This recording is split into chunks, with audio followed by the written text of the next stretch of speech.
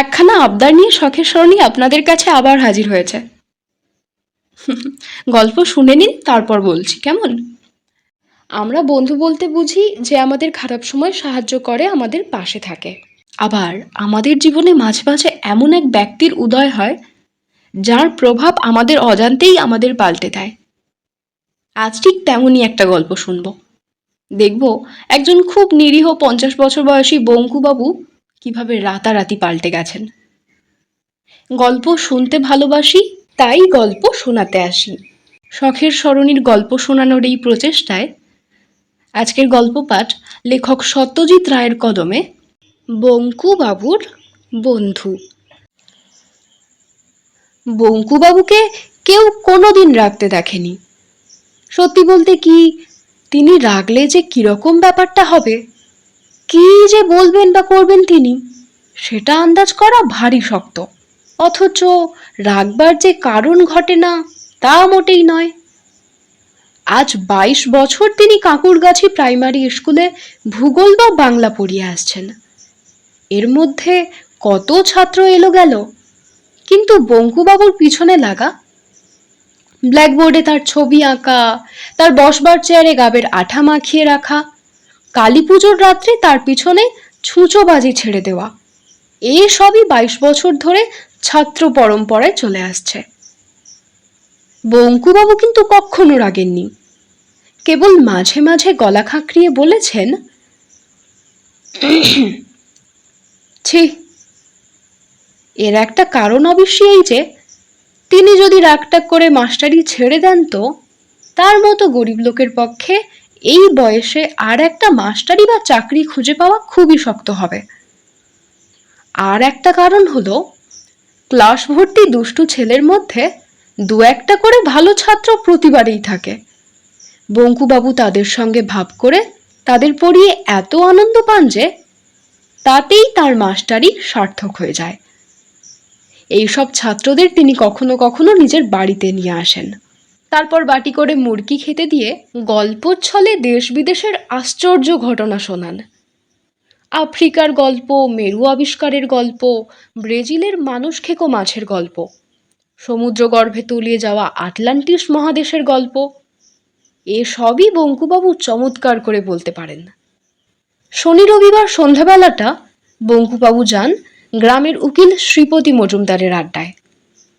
অনেকবার ভেবেছেন আর যাবেন না, এই শেষবার আর না। কারণ ছাত্রদের টিটকিরি গা সওয়া হয়ে গেলেও বুড়োদের পিছনে লাগাটা যেন কিছুতেই বরদাস্ত হয় না। এই বৈঠকে তাকে নিয়ে যে ধরনের ঠাট্টা তামাশা চলে, সেটা সত্যিই মাঝে মাঝে সহ্যের সীমা ছাড়িয়ে যায়। এই তো সেদিন 2 মাসও হয়নি, ভূতের কথা হচ্ছিল। বঙ্কুবাবু সচরাচর মুখ খোলেন না। সেদিন কি জানি হলো, হঠাৎ বলে ফেললেন যে তার ভূতের ভয় নেই। আর যায় কোথা, এমন সুযোগ কি এসব লোক ছাড়ে? রাত্রে বাড়ি ফেরার পথে বঙ্কুবাবুকে যাচ্ছে তাই ভাবে নাজেহাল হতে হলো। মিত্তিরদের তেঁতুল গাছটার তলায় কে এক লিকলিকে লম্বা লোক ভুসো টুসো মেখে অন্ধকারে তার পিঠের ওপর পড়ল ঝাঁপিয়ে। এই আড্ডারই কারোর চক্রান্ত আর কি। ভয় অবশ্যই পাননি বঙ্কুবাবু, তবে চোট লেগেছিল। 3 দিন ঘাড়ে ব্যথা ছিল। আর সবচেয়ে যেটা বিশ্রী, তার নতুন পাঞ্জাবিটা কালিটালি লেগে ছিঁড়ে টিড়ে একাকার হয়ে গিয়েছিল। ঠাট্টার এ কিরকম রে বাবু? এছাড়া ছোটখাটো পিছনে লাগার ব্যাপার তো লেগেই আছে। এই যেমন ছাতাটা জুতোটা লুকিয়ে রাখা, পানে আসল মশলার বদলে মাটির মশলা দেওয়া, জোর করে ধরে বেঁধে গান গাওয়ানো ইত্যাদি। কিন্তু তাও আড্ডায় আসতে হয়, না হলে শ্রীপতিবাবু কি ভাববেন? একে তো তিনি গায়ের গণ্যমান্য লোক, দিনকে রাত করতে পারেন এমন ক্ষমতা তাঁর। তার উপরে আবার তাঁর বঙ্কুবাবু না হলে চলেই না। তিনি বলেন, একজন থাকবে যাকে নিয়ে বেশ রসিয়ে রগড় করা চলবে, নইলে আর আড্ডা। ডাকো বঙ্কু বিহারীকে। আজকের আড্ডার সুর ছিল উচ্চগ্রামের, অর্থাৎ স্যাটেলাইট নিয়ে কথা হচ্ছিল। আজই সন্ধ্যায় সূর্য ডোবার কিছুক্ষণ পরেই উত্তর দিকের আকাশে একটি চলন্ত আলো দেখা গেছে। মাস তিনেক আগেও একবার ওই রকম আলো দেখা গিয়েছিল এবং তাই নিয়ে আড্ডায় বিস্তর গবেষণা চলেছিল। পরে জানা যায় ওটা একটা রাশিয়ান স্যাটেলাইট। খটকা না ফোসকা এই গোছের কি একটা নাম। সেটা নাকি 400 মাইল ওপর থেকে বন বন করে পৃথিবীর চারিদিকে ঘুরছে এবং তার থেকে নাকি বৈজ্ঞানিকরা অনেক নতুন নতুন তথ্য জানতে পারছেন।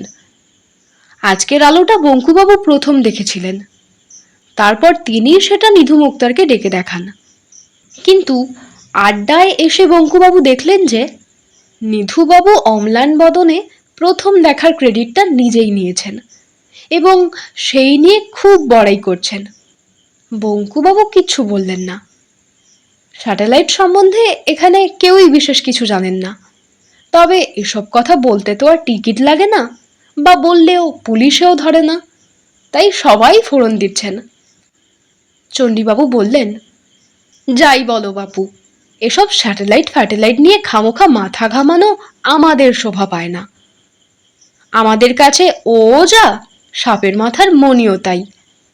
কোথায় আকাশের কোন কোণে আলোর ফুটকি দেখছো, তাই নিয়ে খবরের কাগজ লিখছে, আর তাই পড়ে তুমি বৈঠকখানায় বসে পান চিবুতে চিবুতে বাহবা দিচ্ছ, যেন তোমারই কীর্তি, তোমারই গৌরব, হাততালিটা যেন তোমারই পাওনা। হোহ। রামকানাইয়ের বয়সটা কম, সে বলল, আমার না হোক, মানুষের তো, সবার উপরে মানুষ সত্য। চণ্ডীবাবু বললেন, রাখো রাখো, যত সব, মানুষ না তো কি বাঁদরে বানাবে স্যাটেলাইট? মানুষ ছাড়া আর আছে কি? নিধু মুক্তার বললেন, আচ্ছা বেশ, স্যাটেলাইটের কথা ছেড়েই দিলাম, তাতে না হয় লোকটোক নেই, কেবল একটা যন্ত্র পাক খাচ্ছে। তা সে তো লাট্টুও পাক খায়, সুইচ টিপলে পাখাও ঘোরে, যাকে। কিন্তু রকেট, রকেটের ব্যাপারটা তো নেহাত ফেলনা নয় ভায়া। চণ্ডীবাবু নাক সিটকে বললেন, রকেট, রকেট ধুয়ে কোন জলটা খাবে শুনি? রকেট তাও বুঝতাম যদি, হ্যাঁ, এই আমাদেরই দেশেই তৈরি হলো, গড়ের মাঠ থেকে ছাড়লে সেটা চাঁদে টাঁদে তাক করে, আমরা গিয়ে টিকিট কিনে দেখে এলুম, তাও একটা মানে হয়। রামকানাই বলল, ঠিক বলেছেন, আমাদের কাছে রকেটও যা, ঘোড়ার ডিমও তাই। ভৈরব চক্রবর্তী বললেন, ধরো যদি অন্য গ্রহ থেকে কিছু একটা পৃথিবীতে এলো, এলেই বা কি, তুমি আমি তো আর সেটাকে দেখতে পাবো না। তা বটে। আড্ডার সবাই চায়ের পেয়ালায় মুখ দিলেন। এরপর তো আর কথা চলে না। এই অবসরে বঙ্কুবাবু খুব করে একটু কেশে নিয়ে মৃদুস্বরে বললেন, ধরুন যদি এইখানে আসে। নিধুবাবু অবাক হওয়ার ভান করে বললেন, ব্যাকা আবার কি বলছো হে, হ্যাঁ? কে আসবে এইখানে, কোত্থেকে আসবে? বঙ্কুবাবু আবার মৃদুস্বরে বললেন, অন্য গ্রহ থেকে কোনো লোকটোক। ভৈরব চক্রবর্তী তার অভ্যাস মতো বঙ্কুবাবুর পিঠে একটা অভদ্র চাপড় মেরে দাঁত বার করে বললেন, বাহ বঙ্কুবিহারী বাহ, অন্য গ্রহ থেকে লোক আসবে এইখানে, এই গণ্ডগ্রামে, লন্ডন নয়, মস্কো নয়, নিউ ইয়র্ক নয়, মায় কলকাতাও নয়, একেবারে এই কাঁকুড়গাছি। তোমার তো শখ কম নয়। বঙ্কুবাবু চুপ করে গেলেন, কিন্তু তার মন বলতে লাগলো, সেটা আর এমন অসম্ভব কি? বাইরে থেকে যারা আসবে তাদের তো পৃথিবীতে আসা নিয়ে কথা, অত যদি হিসেব করে নাই আসে, কাঁকুড়গাছিতে না আসা যেমন সম্ভব, আসাও তো ঠিক তেমনই সম্ভব। শ্রীপতিবাবু এতক্ষণ কিছু বলেননি। এবার তিনি নড়ে চড়ে বসতেই সকলে তার মুখের দিকে চাইল। তিনি চায়ের পেয়ালাটা নামিয়ে রেখে বিজ্ঞের মতো ভারী গলায় বললেন, দেখো, বাইরের গ্রহ থেকে যদি লোক আসেই, তবে এটা জেনে রেখো যে তারা এই পোড়া দেশে আসবে না। তাদের তো খেয়ে দে কাজ নেই, আর অত বোকা তারা নয়। আমার বিশ্বাস তারা সাহেব, এবং এসে নামবে ওই সাহেবদেরই দেশে, পশ্চিমে। বুঝেছ? এ কথায় এক বঙ্কুবাবু ছাড়া সকলেই এক বাক্যে সায় দিলেন। চণ্ডীবাবু নিধু মোক্তারের কোমরে খোঁচা মেরে ইশারায় বঙ্কুবাবুকে দেখিয়ে ন্যাকা ন্যাকা গলায় বললেন, আমার কিন্তু বাবা মনে হয় যে বঙ্কু ঠিকই বলেছেন। বঙ্কুবিহারীর মতো লোক যেখানে আছে সেখানে আসাই তো তাদের পক্ষে স্বাভাবিক। কি বলো নিধু? ধরো যদি একটা স্পেসিমেন নিয়ে যেতে হয়, তাহলে বঙ্কুর মতো দ্বিতীয় মানুষ কোথায় পাচ্ছে শুনি? নিধু মোক্তার সায় দিয়ে বললেন, ঠিক ঠিক, বুদ্ধি বলো, চেহারা বলো, যাই বলো, ব্যাকা একেবারে আইডিয়াল। রামকানাই বলল, একেবারে জাদুঘরে রাখার মতো, কিংবা চিড়িয়াখানায়। বঙ্কুবাবু মনে মনে বললেন, স্পেসিমেন যদি বলতে হয় তো এরাই বা কি কম? এই তো শ্রীপতিবাবু, উটের মতো থুতনি, আর এই ভৈরব চকর্তি, কচ্ছপের মতো চোখ। ওই নিধু মোক্তার ছুঁচো, রামকানাই ছাগল, চণ্ডীবাবু চামচিকে। চিড়িয়াখানায় যদি রাখতে হয় তো। বঙ্কুবাবুর চোখে জল এলো। তিনি উঠে পড়লেন। আজ অন্তত আড্ডাটা ভালো লাগবে ভেবেছিলেন, হলো না। মনটা ভারী হয়ে গেছে, আর থাকা চলে না। সে কি, উঠলে নাকি হে? শ্রীপতিবাবু যেন ব্যস্ত হয়ে পড়লেন। হ্যাঁ, রাত হলো। কই রাত? কাল তো ছুটি। বসো, চা খাও। না, আজ আসি, পরীক্ষার খাতা আছে কিছু। নমস্কার। রামকানাই বলল, দেখবেন বঙ্কুদা, আজ আবার অমাবস্যা, মঙ্গলবার, মানুষ কিন্তু ভূতেরও বাড়া। বঙ্কুবাবু আলোটা দেখতে পেলেন পঞ্চা ঘোষের বাঁশবাগানের মাঝ বরাবর এসে। তার নিজের হাতে আলো ছিল না, শীতকালতেই সাপের ভয় নেই, তাছাড়া পথও খুব ভালোভাবেই চেনা। এ পথে এমনিতে বড় একটা কেউ আসে না, কিন্তু বঙ্কুবাবুর শর্টকাট হয় বলেই তিনি এই পথে যান। কিছুক্ষণ থেকেই তার কেমন জানি খটকা লাগছিল, অন্য দিনের চেয়ে কি জানি একটা অন্যরকম ভাব, কিন্তু সেটা যে কি তা বুঝতে পারছিলেন না। হঠাৎ খেয়াল হলো যে বাঁশবনে আর ঝিঁঝি ডাকছে না, একদম না, সেইটেই তফাৎ। অন্যদিন যতই বনের ভিতরে ঢোকেন ততই ঝিঝির ডাক বাড়ে, আজ ঠিক তার উল্টো, তাই এমন থমথমে ভাব। ব্যাপার কি? ঝিঝিগুলো সব ঘুমোচ্ছে নাকি? ভাবতে ভাবতে হাত বিশেক গিয়ে পূব দিকে চোখ যেতেই আলোটা দেখতে পেলেন। প্রথমে মনে হলো বুঝি আগুন লেগেছে।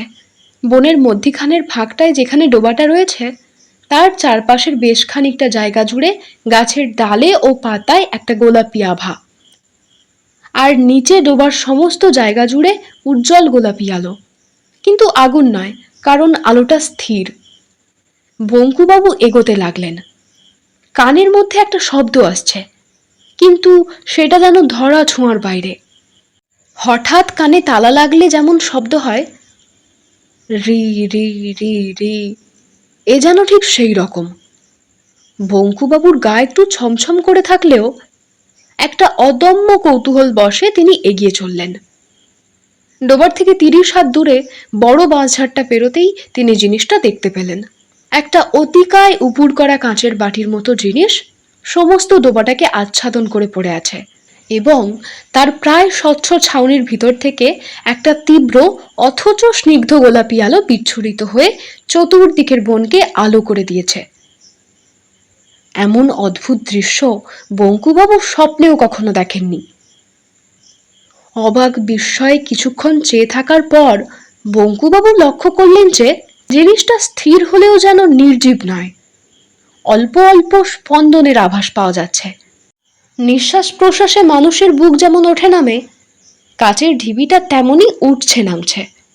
বঙ্কুবাবু ভালো করে দেখবার জন্য হাত চারেক এগিয়ে যেতেই হঠাৎ যেন তাঁর শরীরে বিদ্যুৎ প্রবাহ খেলে গেল, আর তার পর মুহূর্তেই তিনি অনুভব করলেন যে তার হাত পা যেন কোনো অদৃশ্য বন্ধনে বেঁধে ফেলা হয়েছে। তার শরীরে আর শক্তি নেই, তিনি না পারেন এগোতে, না পারেন পিছোতে। কিছুক্ষণ এইভাবে আড়ষ্ট হয়ে দাঁড়িয়ে থেকে বঙ্কুবাবু দেখলেন যে জিনিসটার স্পন্দন আস্তে আস্তে থেমে গেল, আর সঙ্গে সঙ্গে মিলিয়ে গেল সেই অদ্ভুত কানে তালা লাগার শব্দটা। তারপর হঠাৎ রাতে নিস্তব্ধতা ভেদ করে কতকটা মানুষের মতো কিন্তু অত্যন্ত মিহি গলায় চিৎকার এলো,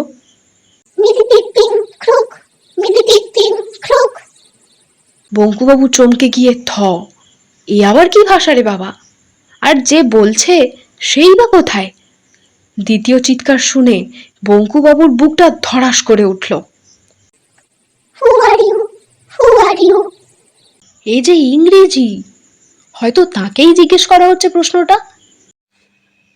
বঙ্কুবাবু ঢোক গিলে বলে উঠলেন, I am Bankubihari Dutta sir, Bankubihari Dutta. প্রশ্ন এলো, are you English? Are you English? Bankubabu চেঁচিয়ে বললেন, no sir, Bengali Kayastha sir.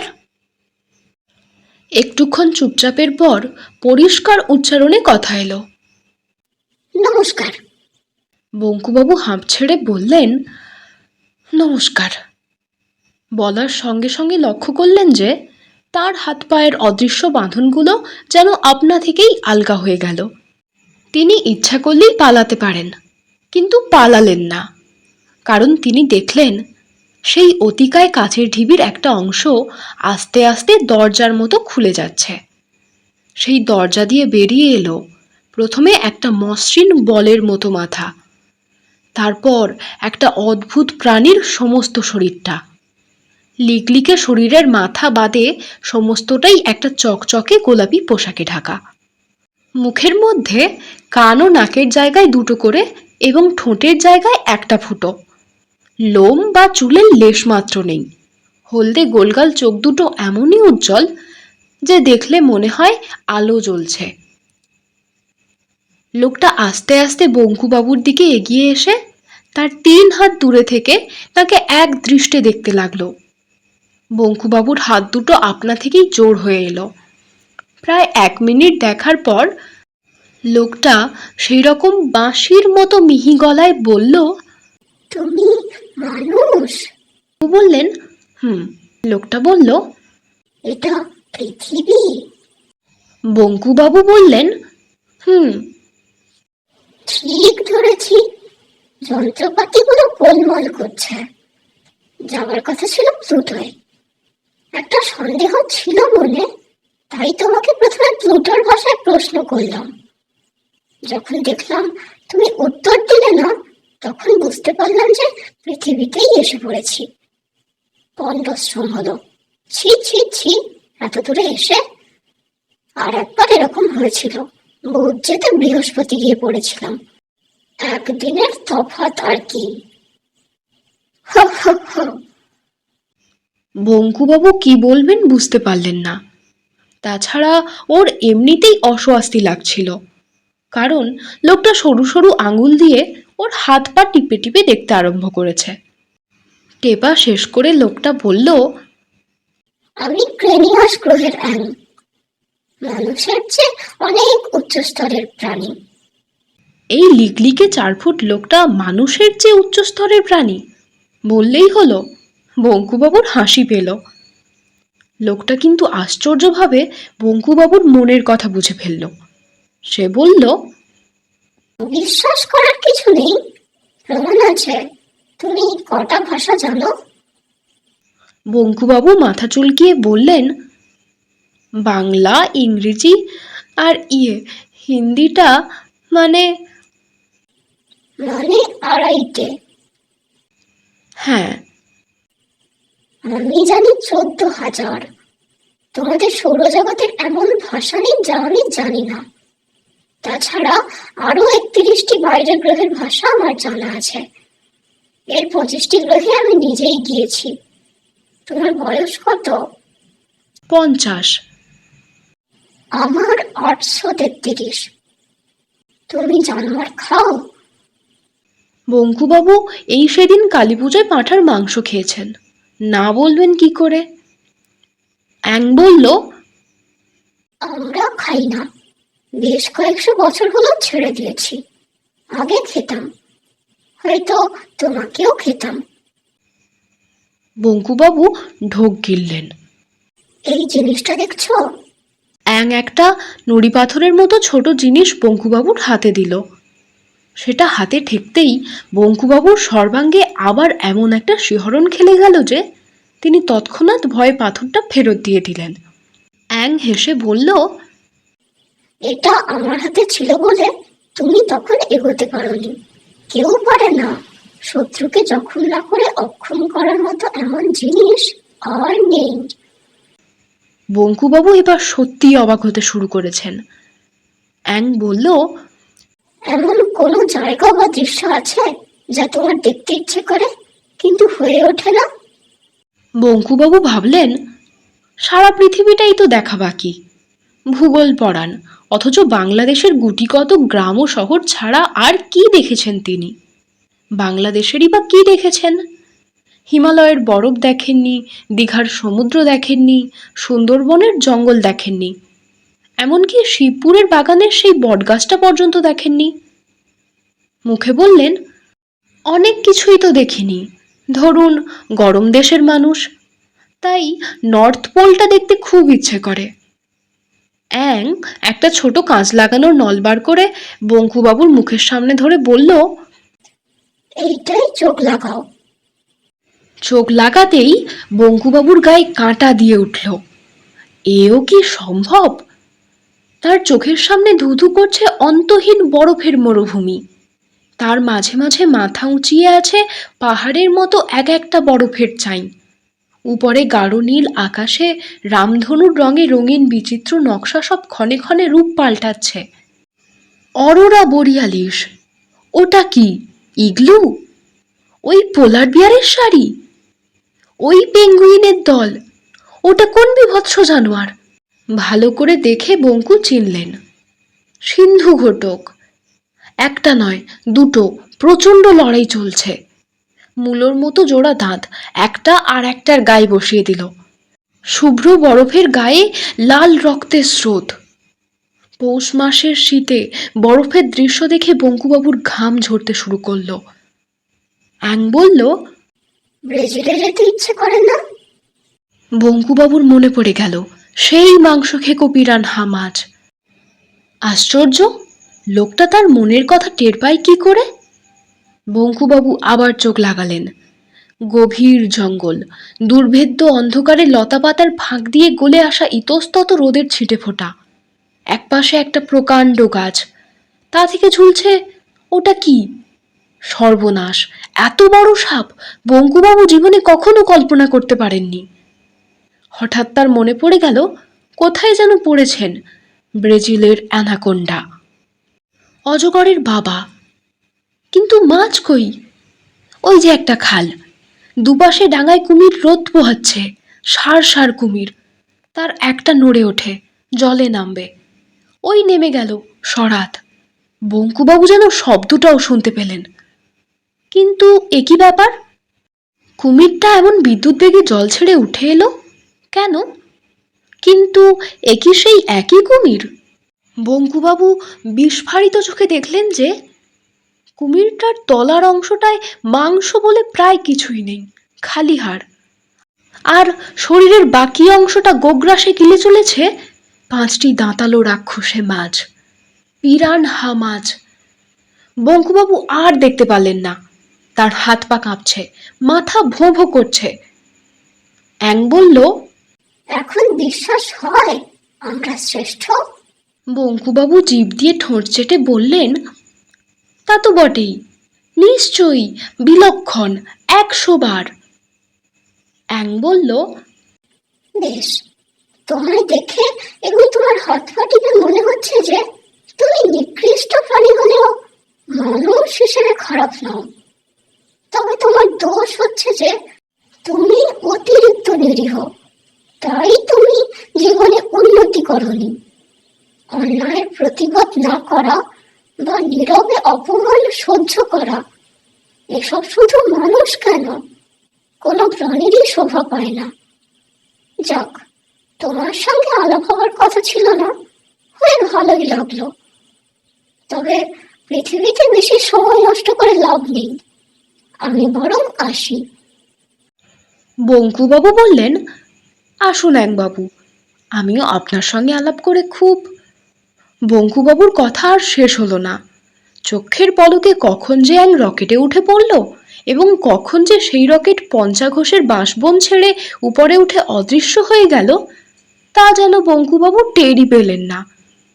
হঠাৎ তার খেয়াল হলো যে আবার ঝিঁঝি ডাকতে শুরু করেছে। রাত হয়ে গেল অনেক। বাড়ির দিকে হাঁটতে শুরু করে বঙ্কুবাবু তার মনে একটা আশ্চর্য ভাব অনুভব করলেন। কত বড় একটা ঘটনা যে তার জীবনে ঘটে গেল, এই কিছুক্ষণ আগেও তিনি সেটা ঠিক উপলব্ধি করতে পারেননি। কোথাকার কোন সৌরজগতের এক গ্রহ, তার নামও হয়তো কেউ শোনেনি, তারই একজন লোক, লোক তো নয়, অ্যাং, তার সঙ্গে এসে আলাপ করে গেল। কি আশ্চর্য, কি অদ্ভুত! সারা পৃথিবীতে আর কারোর সঙ্গে নয়, কেবল তার সঙ্গে।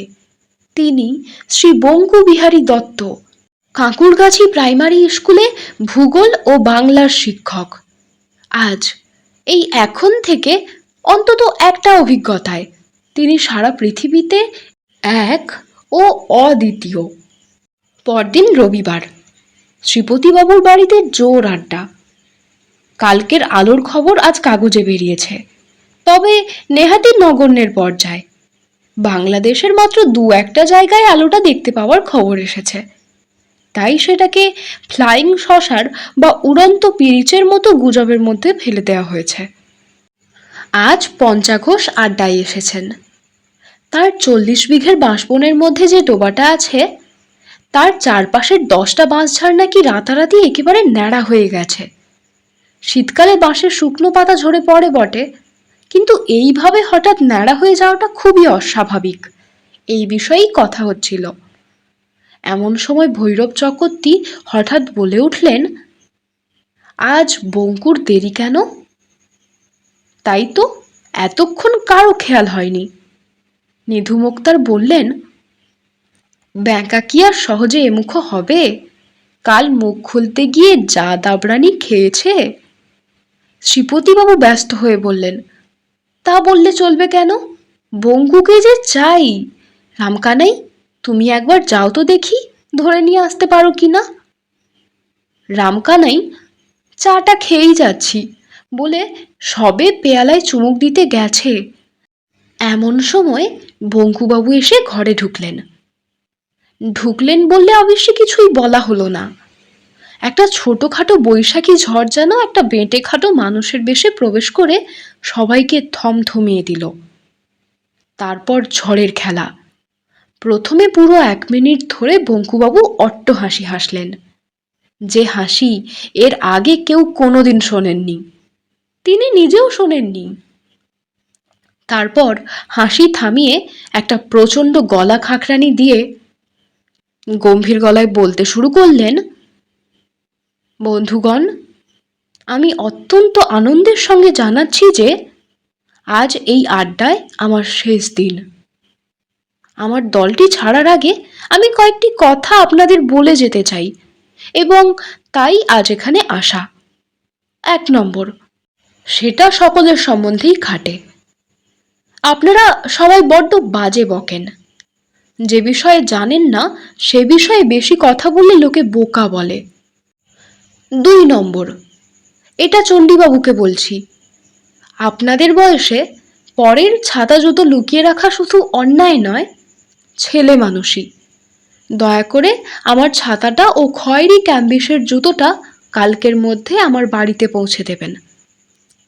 নিধুবাবু, আপনি যদি আমাকে ব্যাকা বলে ডাকেন, তবে আমি আপনাকে ছ্যাঁদা বলে ডাকবো। আপনাকে সেইটাই মেনে নিতে হবে।